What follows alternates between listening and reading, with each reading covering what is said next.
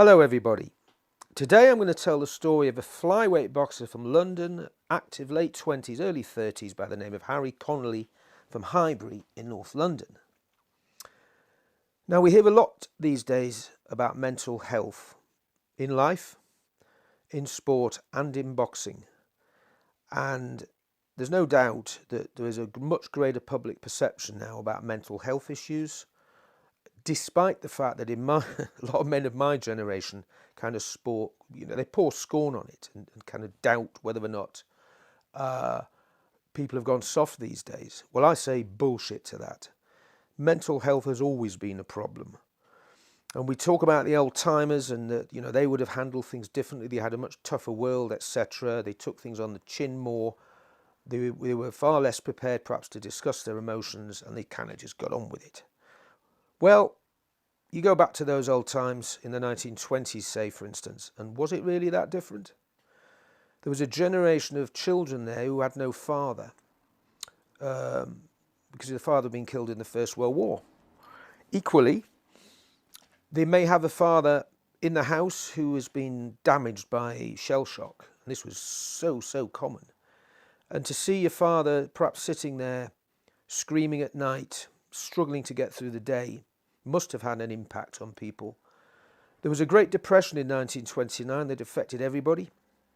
It affected people's ability to find work, which is why there were so many hungry fighters, as we refer to them, in the 20s and throughout the 1930s.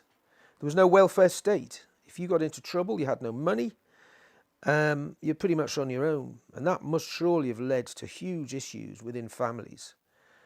You see photographs of kids with no shoes. I mean, how tough was that world, and how easy was it to navigate your way through? So there was also the rise of fascism in the 30s, wasn't there, and communism. It was a hugely unsettling time. There were very, very high suicide rates, really, throughout the interwar period. And this really brings me to the story of today's subject, Harry Connolly, this chap from Highbury in North London.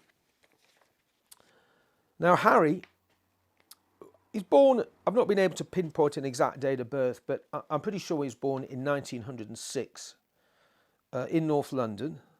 And he started out as a young lad, as an amateur, 1923-24, that sort of era. Boxed for a club called the Mary Ward Settlement. Now, this is a club I've not heard of for many years. In fact, when I was researching this story, this was a new club on me, and I know most of the London clubs from that period.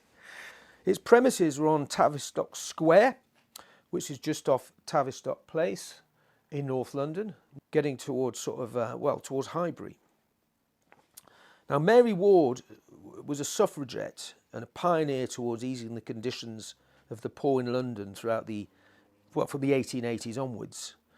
She died in 1920, and to commemorate her life, the settlement with which she was directly involved, trying to do good for the poor, at that time known as the Passmore Edwards Settlement, they changed the name to the Mary Ward Settlement. And from that, fairly shortly after that, I think, there was the Mary Ward Boxing Club started. So it was only a small club. It had only been recently formed. And Connolly, I've found evidence for Connolly boxing there in the mid-20s and doing quite well. He very quickly, in fact, I think became the star of the club. He was good enough to enter the 1925 London South West Divisionals at Flyweight. Now at that time, as indeed is still the case, London is split into four areas: southeast, southwest, northeast, northwest. And all the various clubs throughout the city are affiliated to one of those four organisations, and they have their championships. And to become a divisional, or as we often refer to them, a div champion, really was quite something. Then, certainly was in the 50s and 60s and 70s, and to an extent, I would still suspect it might be today. Now, once he'd won the divs, he went to the Londons, which was kind of the ABA quarter-final. At the time Harry was boxing in 1925, there was no such thing as the London Championships. If you won your divisional championship, you could pretty much enter the ABA Championships, which is what Harry did. So he won He entered the 1925 London Southwest Divs at Fly, like I say. He was beaten in the semi-finals. However, he came back and won those championships in 1927, 1928 and 1929. So he was a very, very good amateur. Now, quite why he's entering the London Southwest Divisionals when his club is in Highbury in northwest London, which is where he's from, I'm not entirely sure. It may be something to do with the fact that Mary Ward and the settlement that she was closely involved with did a lot to relieve the poor in Blackfriars in south of the river, south of the Thames.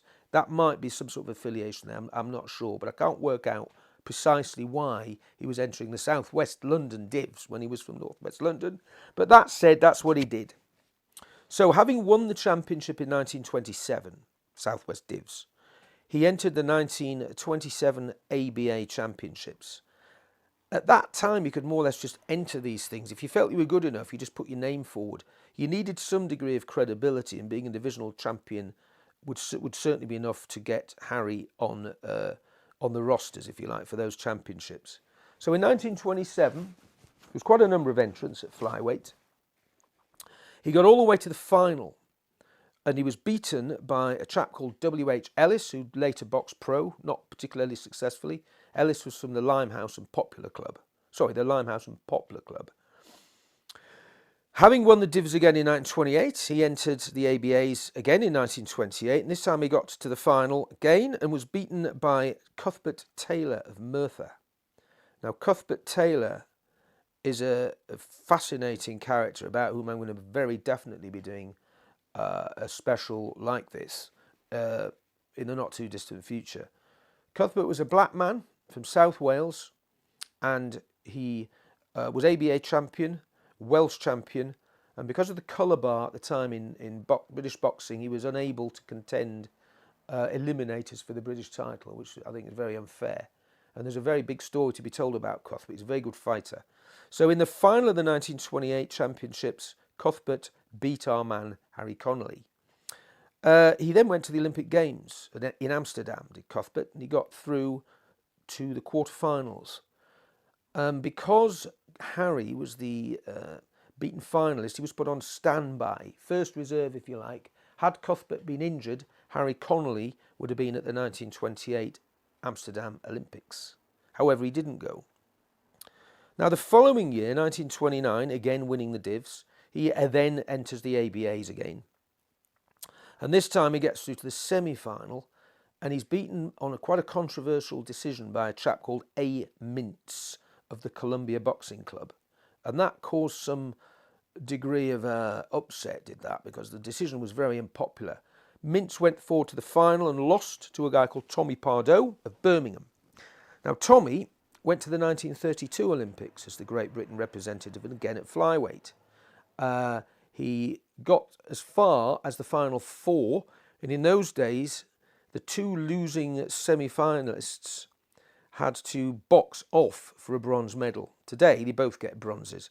But in those days, the two losers had to, it's a bit like third and fourth place playoff in football. You had to fight again having lost to get a bronze medal.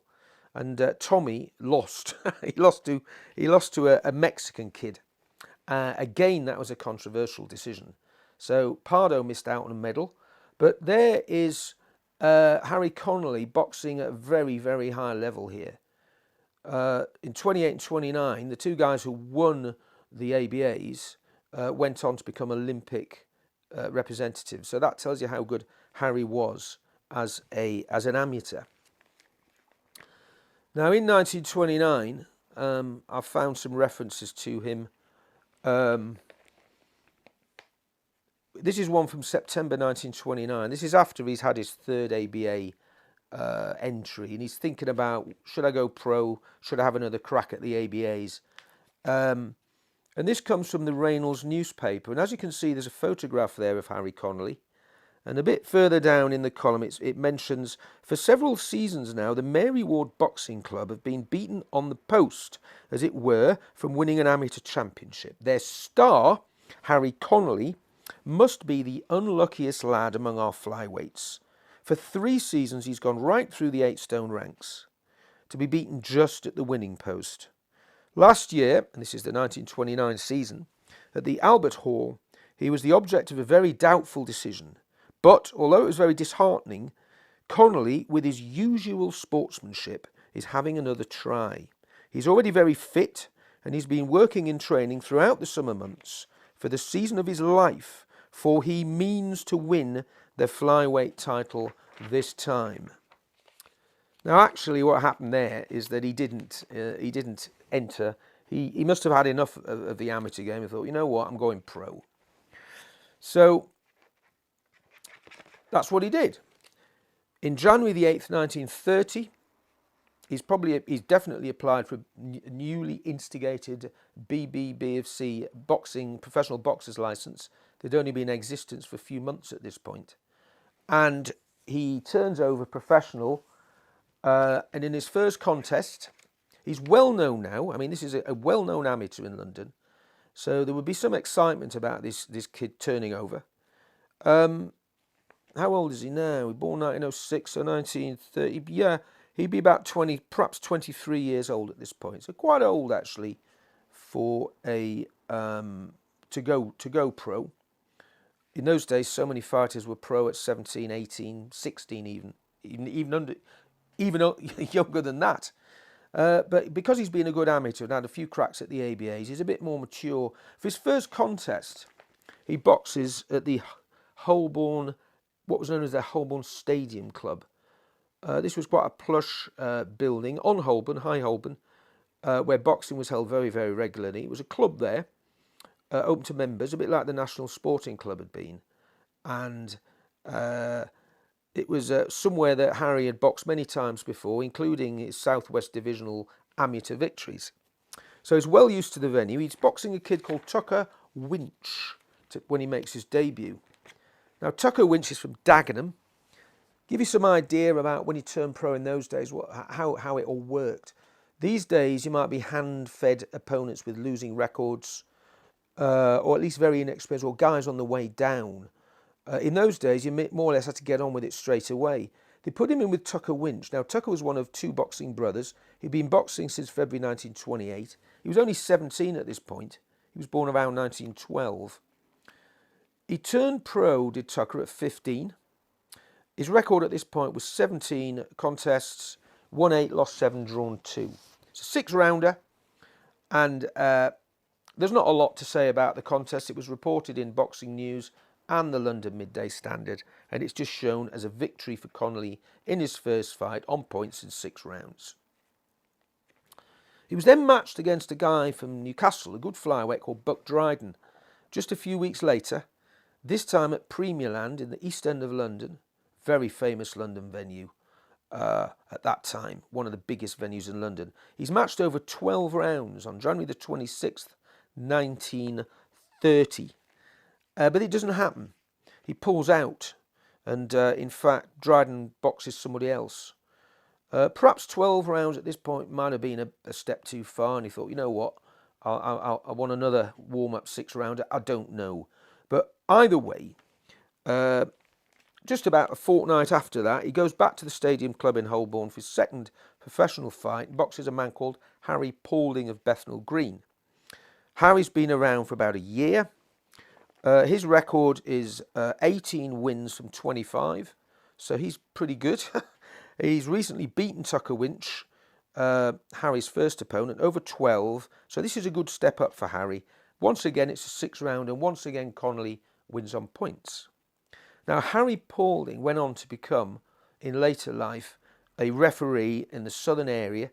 Good referee, didn't make star or anything, but he was ref until January the 28th, 1975, when, on the very last night of Shoreditch Town Hall being open, a very famous venue, closed that night, Harry bowed out as well, along with a hall. It was his last ever show at Shoreditch. It was the last ever refereeing performance from Harry. And that night he refereed, amongst others, Jimmy Flint of Wapping and Johnny Wall, good fighter from London, a light heavyweight. And amongst others that Harry refed over the years were Joe Bugner, Ralph Charles, Chris Finnegan, Johnny Stracey, Johnny Frankham, Mark Rowe, Frankie Lucas, Alex Tompkins, people like that. So he's now got 2 out of 2 as Harry. And, okay, let's see what you're made of. Enough is enough. You're going to be thrown in now properly with a seasoned fighter, over 12 rounds. And this again is, this one did happen, and this again was at Premier Land in Whitechapel. And this is 11 days after his victory over Paulding. He's put in with a guy called Kid Rich from Bethnal Green. Kid Rich was good. I mean, he'd been a pro since 1925. This was bout number 114 for him. He'd lost more than he'd won, but he'd been in with people like Emil Pladner, Spider Pladner. I mean, one of the greatest flyweights in the world at that time. Dick Corbett, British bantamweight champion. Bert Kirby, British flyweight champion. Jack Hyams, who boxed as Kid Froggy, who went right the way through the weights and ended up as a very, very good middleweight in the 1930s. At this point, Richard had 41 15-round bouts behind him. So this guy knows what he's doing. And he's thrown it. And let's see what Harry's made of, they must have thought. Top of the bill fight, Sunday night, February the 23rd, 1930. There'd already been a show that afternoon at Premier Land. In those days, he used to run afternoons and evenings on Sundays. And also on a Thursday, you could see boxing there as well. It's a very popular venue. Now, the headline, Connolly's Clever Boxing. And he won easily. It states that Connolly was simply too fast on his feet and picking his punches nicely. So now, Harry's career is well and truly up and running. He's got a good reputation with his amateur background. He's won his first 3. He's got very, very good prospects. And they're starting to talk about him in the evening newspapers and in the boxing press. And so it goes on now. He draws his next one, a 12-rounder at Rochester in Kent. But then he wins the next 7, including an 8-round stoppage victory in the open air at Crystal Palace, which of course burnt down in 1936, but at that time it was still there. And outside, pretty much where the athletics track is today, they used to put open air boxing on for a promoter by the name of J.T. Hulls. Now, J.T. Hulls is boxing royalty in London at that time. His father was also known as J.T. Hulls, and he was a boxing correspondent of the Sporting Life going back to the 1880s. The son, the man we're talking about, the promoter at Crystal Palace, J.T. Hulls, also worked at the Sporting Life and refereed many, many contests, including, amongst others, Pedler Palmer, Jim Driscoll, Willie Lewis, the American, and the great black American heavyweight Joe Jeanette, who boxed people like Sam Langford and Jack Johnson and so on. Now, his son, Sidney Hulls, later on became a leading promoter in London in the later 1930s. But in November 1930, when he was on his way up, he was a boxing manager. And I reckon J.T. Hulls has had a word with his son Sidney about Connolly, tipped him off. Because what happens next is that on November the 8th, in early November 1930, there is a professional contract drawn up between Harry Connolly and his manager, Sidney Hulls. Now, I've got a copy of this contract, and it's dated the 8th of November 1930. And as you can see, it states that the contract's drawn up between Harry Connolly, at that time living at 42 Laycock Mansions, Laycock Street in the County of London, and Sidney Hulls of Glengarry Road, East Dulwich. Now, what they've agreed to here is that for all future contests, Harry will take the first £20 of his purse. So if he's boxing for £20, he keeps it. Anything over £20, however, after his training, all reasonable expenses have been taken off, Sidney Hulls is going to take 25%, leaving Harry 75%. And that's the contract that's been entered into. There is Sidney Hulls' signature. It's witnessed here. Can't see Harry's signature on it anywhere. But anyway, that's a contract, and it's going to stand for 7 years. And now Harry's signed up to a pretty decent manager. So, he wants to impress him. He's matched straight away. This was November the 8th. He just won 4 days previously against a kid from Liverpool on points over 15 rounds at the Queen's Road Baths in Paddington. About 3 weeks after this agreement's been drawn up, he's pitched in with a guy called Praxil Guide, a Frenchman. And this bout takes place at the Olympia Music Hall in Shoreditch. Now, Praxil Guide is a very good fighter indeed. He became the European Flyweight champion only 2 years after this contest. So this is a big, big challenge for Harry, who's, of course, unbeaten. Connolly is Guide's 4th UK contest, and so far he's unbeaten. And the report basically states, and this is the copy of it, again from the London Midday Standard. Frenchman beats Connolly. Harry Connolly of Highgate, one of the cleverest flyweights in the country today, was beaten on points at Olympia Shoreditch yesterday by the tough little Frenchman Praxil Guide. Now, he's done really well here as Harry, but I don't think he was expecting to lose, and this is his first defeat. Guide's only won 1 of his 3 bouts in the UK because he drew twice, so he's not standing out particularly, and I reckon he fancied Guide without realising how good Guide was going to go on to become. So Guide beats Connolly straight away. He's just signed to his new manager, and he's got a loss on his record. So, not a good start. Not to be disheartened, however. That's what the report states. He should not be disheartened by this loss. Now, at this point, he's being talked about as a prospective British champion.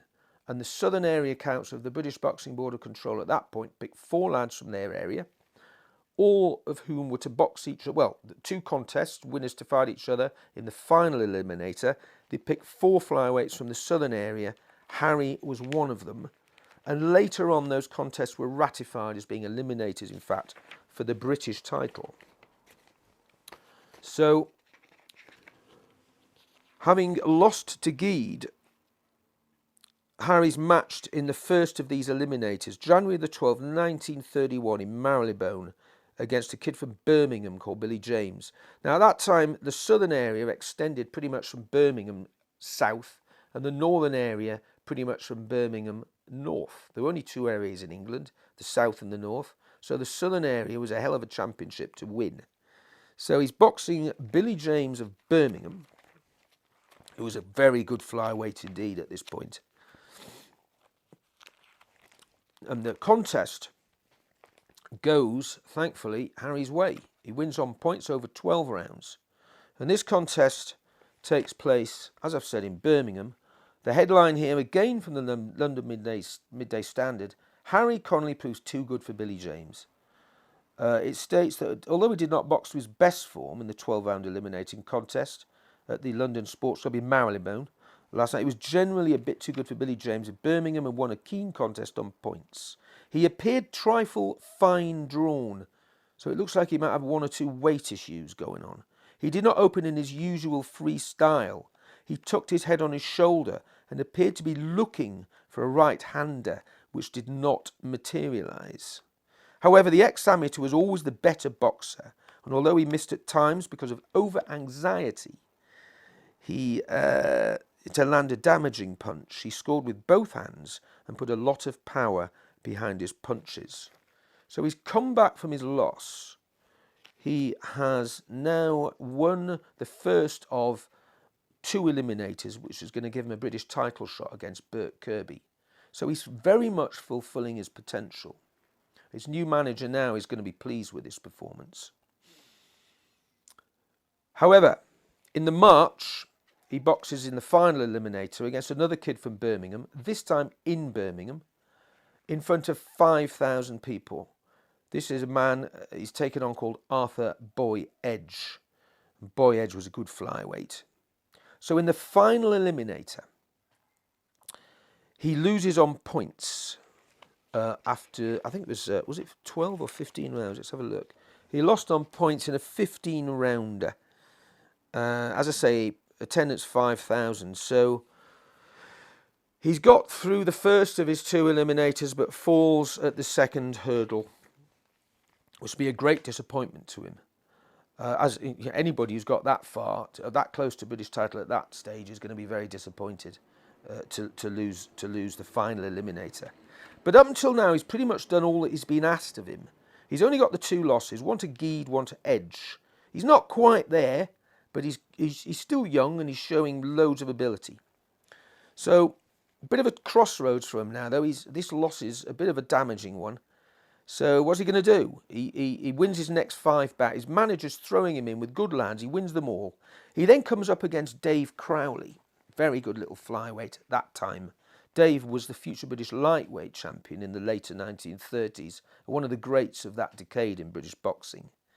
Harry loses again. He then goes in with the future Welsh bantamweight champion Len Bainan of Swansea.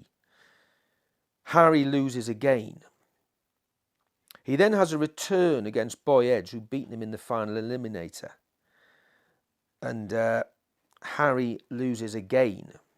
So things aren't looking good. Something's wrong. 3 consecutive losses.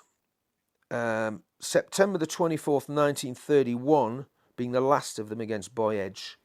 2 days after this, only 2 days after he's been in the ring on the Thursday evening, he gets married.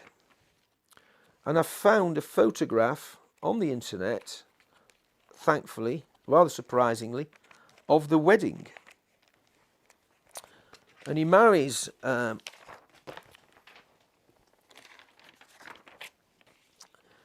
He marries on the 26th of September 1931. The announcement was that Harry Connolly, the clever Highbury boxer, was married at St Andrew's Church, Enfield, to Miss Betty Bennett.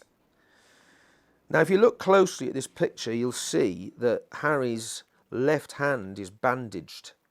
And the fight report from 2 days earlier against Edge refers to the fact that he damaged his hand. So, which modern fighter would fight on the Thursday night and then get married on the Saturday? But it must again have been a huge disappointment to him with his new wife to have lost 3 in a row, including a fight 2 days before the wedding. These sorts of things will be, I think, were starting to play a little bit on his mind. However, the marriage, September the 26th, 12 days later, they must have had a brief honeymoon somewhere. 12 days later, he's back in the ring again, this time at the ring in Blackfriars, in a 15-rounder against a decent northern fly-stroke bantam at that time by the name of Arlie Hollingworth from Sheffield. Now, he's going to want to start winning, especially having just got married. He wants to get his career back on track. What's going on with his losses? Harry loses again. This time, he's stopped in 9. So this is his first stoppage defeat and his 4th loss in a row. So he's lost either side of his wedding. And his manager must be beginning to think, who've signed up? What's going on with this kid? I thought he had real potential. There's something not right here. A month later, 23 days after his stoppage loss, he's in with Dave Crowley again and loses again, this time at Croydon. So he's now on a losing streak of 5. He somehow gets things back on track towards the end of the year, a win and a couple of draws. The beginning of 1932, he gets a couple of good wins behind him, and by February 1932, he's unbeaten in 5 contests, and he gets a fight at Crystal Palace, where his manager's father, JT Hulls, is still promoting, against the ex-British flyweight champion, Bert Kirby, who's just been deposed. Now, Bert Kirby, very, very good fighter indeed. 10-round fight at the open air at Crystal Palace in Sydenham. 7,500 people there. And Harry beats Kirby, the ex-British champion. So things are really starting to look a lot better. He then goes in at the ring Blackfriars in a 15-round with Spike Bradley of Shipley in just outside Bradford. And he stopped Shipley in 7. So things now are very much... He seems to have turned a corner now Whatever was wrong with his losses, he's kind of putting things right.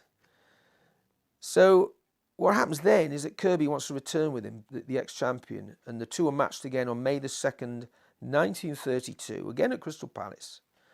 And having beaten Kirby once, he thinks, well, I'll beat him again. Another 10-rounder, straightforward.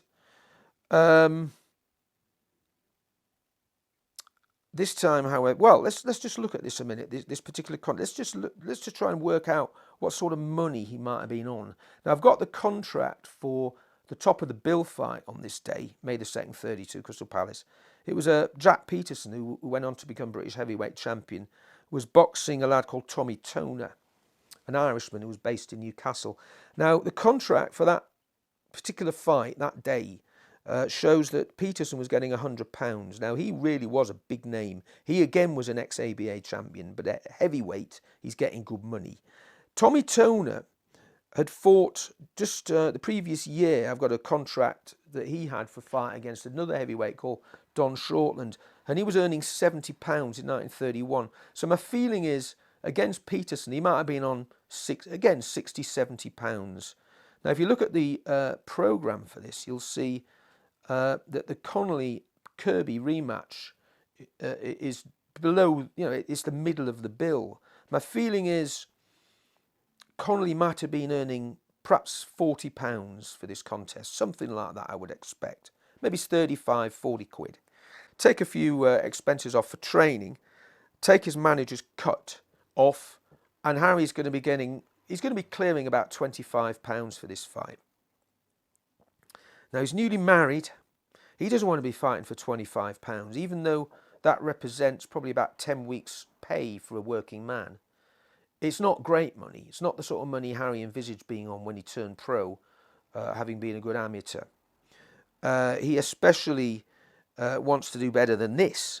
So it's really important that he beats Kirby in the second fight. And on May the 2nd, 1932, he loses on points. And he's absolutely crushed. He must be thinking, where's my career going now? So what happens? He goes home that night. The following day, well,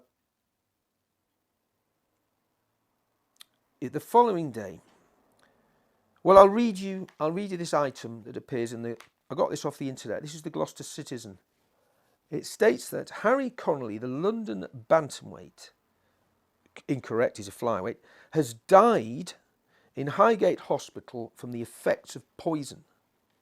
He was rushed from his home but died 2 hours after admission. Only last Monday, Connolly was beaten at the Crystal Palace by Bert Kirby, the former flyweight champion, and he was to have met him in a return match at the Ring the following Monday, 7 days later. Connolly, it states, was 25 years of age. He frequently expressed disappointment at his moderate success as a professional and was rather worried by his failure to obtain sufficient engagements. He had also some trouble with his left eye. He leaves a widow. The guy had only been married, a matter of months. Behind Connolly's death, it states, is a tragedy of hope deferred. Sidney Hulls, Connolly's manager, said to a reporter today, one of Connolly's ambitions was to top the bill, and that would have happened this weekend. Connolly lost to Kirby on points, but boxing experts agreed that the fight was one of the best seen recently. Mr. Hulls said that after the fight, when he went into Connolly's dressing room to pay him, he found him very depressed. Later, he rang up Mr. Berliner, who arranges the fight at the Ring Blackfriars, and he promised to stage a return bout between Kirby and Connolly for next Monday and to make it a headliner. Connolly had been married less than a year, Mr. Hulls added, and that Connolly also never told him that he feared blindness.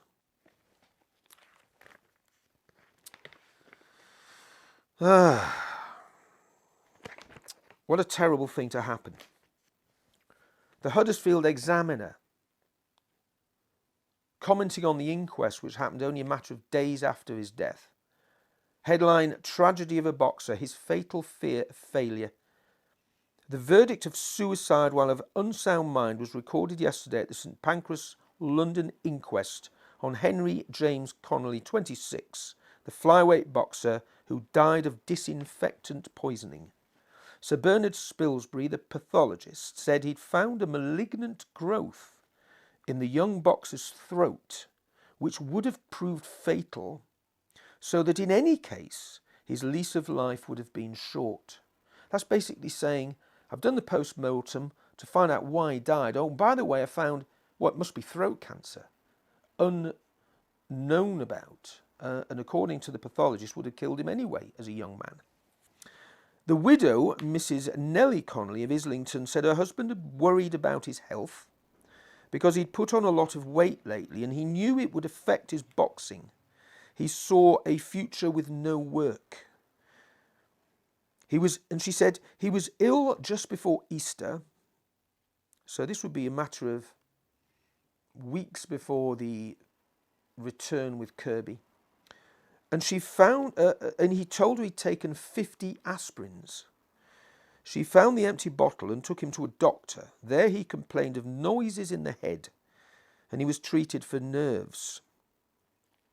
His manager told the coroner that Connolly's boxing was not on the downgrade, but I think he'd got as far as he ever would. At one time I thought he would be a champion, but recently I altered my opinion. The coroner asked, what about his defeat on Monday? And Hull said he spoke to me afterwards and said he thought he was entitled to the decision. He was upset about the decision. He was rather a queer case so far as boxing was concerned, said Mr. Hulls. 2 or 3 years ago he tried to put on weight but could never get over 8 stone and could not understand it. He recently, because he'd gone up to 9 stone, he didn't know why. He was boxing as a flyweight and would have to go out of his class. He'd have to meet heavier men, but he did not think there was anything serious to worry about. The Holloway Press, under the headline, Why Harry Connolly Drank Poison, states that depressed because he was putting on weight and was preventing himself from becoming a champion, Harry James Connolly, the famous boxer of Huddleston Road, Tufnell Park, committed suicide by drinking Lysol. Now, I've looked up Lysol on the internet. There was an article from an Australian paper from 1912, the Melbourne Argus, when referring to the number of cases of suicide that was happening in Australia at that time with Lysol. It said, Lysol produces a horrible death, but it has become popular and the poison is easily obtainable. Now, this Holloway Press states that his wife, Nellie Elizabeth Connolly, told the St Pancras coroner that her husband had been a successful professional boxer for 2 years, but lately he seemed to be worrying about her health and about his putting on weight. Just after Easter again, she states she found him vomiting and found out he'd taken a bottle of 50 aspirins. He was treated for nerves and given a nerve tonic. A verdict of suicide whilst of unsound mind was recorded at the inquest. Now, thankfully, there was a note in the Sunday Mirror the following weekend simply stating that it is good to note that a fund for the widow of Harry Connolly has been opened, and the treasurer, Mr. Jimmy Butler, will be glad to receive contributions. The Sunday People stated that it has been decided to open a fund for the widow of Harry Connolly, who died in tragic circumstances last week. The committee for the fund will consist of Messrs. Jeff Dixon. Now, that time he was one of the leading European promoters based in London, but a hell of an important promoter. Mr. Moss Dion, at that time probably the leading referee in the country. Mr. Ted Broadrib, at that time one of London's most important boxing managers, an ex-fighter himself, knew the game inside out, steeped in boxing, and one of London's top managers. Mr. Victor Berliner, the man who organises the fights at the Ring Blackfriars, where he was the general manager. Sidney Hulls, who is, of course, Harry's manager and the son of the promoter at the Crystal Palace, and Jimmy Butler. Jimmy was the boxing correspondent for the Daily Herald. So that's a committee of seriously important boxing people in London, and they're trying to arrange something to be done for Harry and his poor widow. And what a terrible story that is. He'd only been married a short while. His wife was pregnant. He was worried about his wife's health. He was worried about his nerves, noises in his head. He was worried about losing. He was worried about being a failure. What a tragic way for a young man of 26 to have to face up to what he must have perceived as really a lack of a future. Let's summarize his career in detail. What might have led him to think this? In 1928, he gets to an ABA final, comes second. 1928 Olympics, he's the reserve, he doesn't go, he's come second. 1930, the first bout with his new contract, his first bout in which he comes second. He meets, the same year, the first man who became a champion, the same guy, Praxil Gede. The first time he meets a man who goes on to become a champion, which Harry doesn't, Harry comes second. 1931, he boxes in an eliminating series. He wins the first eliminator, but doesn't win the second eliminator. And once again, therefore, he comes second. His last contest before he got married in 1931, he comes second. The first bout after his marriage in 1931, he comes second. This time he's stopped. He then beats his first ex-British champion, and in the rematch, right before his death, again, he comes second. Now, all these things are adding up, I think. He has put himself under huge pressure to succeed, and it's not happening for him. Let's look at what he actually was, though. Harry Connolly was a 3-time London South West Divisional champion at a time when these titles weren't easy to win. There was a lot of amateurs around at that time. And to win the divs, or one of the divs, is a great performance. And to win it 3 times definitely is. All right, he doesn't go to the Olympics, but he's the first reserve of all the flyweights in Great Britain. He is second place. One injury to Taylor, he's at the Olympics. That is, by any stretch of the imagination, a successful fighter. He's selected to box in the eliminators for the British title at a time when there were hundreds of flyweights up and down the country. He's included amongst the final 4 to box the champion. This is a good professional career. He's got nothing to be ashamed of. To me, he stands out as one of the best of the British flyweights of the early 1930s. Some years ago, I tried to rank all the flyweights in Britain. This is over 10, probably 15 years ago I did this. Entirely independently of this research, at the end of 1930, I had Harry Connolly in 15th place, and by the end of 1931, he was 9th best flyweight in the country, and the 2nd best flyweight in London, only behind Dave Crowley. So, he is a good fighter, but he didn't think so, and he swallowed Lysol. Now, I looked up on the free BDM website, I think it is, or is it free BMD, looking to find out about this, his wife, and the fact that she was pregnant. And I was looking for Connollys that were born later in 1932 across the country. And there was one that absolutely fit the bill. In the period October to December 1932, this would probably be 6 months after his death. So his wife would probably be 3 months pregnant when Harry killed himself. There was a birth in Edmonton. Now, Edmonton at that time, the registration district included Enfield, which of course was where the wedding had occurred. There was a birth of a girl called Patricia Connolly. The mother's surname was Bennett, which of course is the name the surname of Harry's wife. And I'm pretty convinced that this girl, Patricia Connolly, born late 1932, is Harry's only surviving relative. And I hope Nellie had a good life. I certainly hope that the child Patricia did, because as I explained earlier, it wasn't easy at those times to survive with no welfare state and so on. And Harry, having killed himself, which was there's a real stigma associated with this today. There certainly was then. Possibly he was just not just talked about to the child. Possibly Nellie moved on. I don't know anything about the family's circumstances, but I'd like to think that Harry would be remembered fondly by Nellie, and that his daughter Patricia would have always been very proud of him.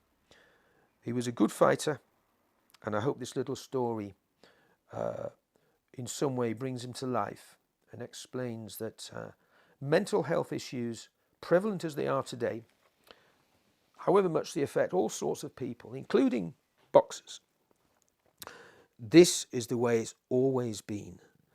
And it's not an easy world out there sometimes, and we've got to be kind to each other. And I see this all the time in boxing. It's a great support network within it. There's some really good, solid people in boxing.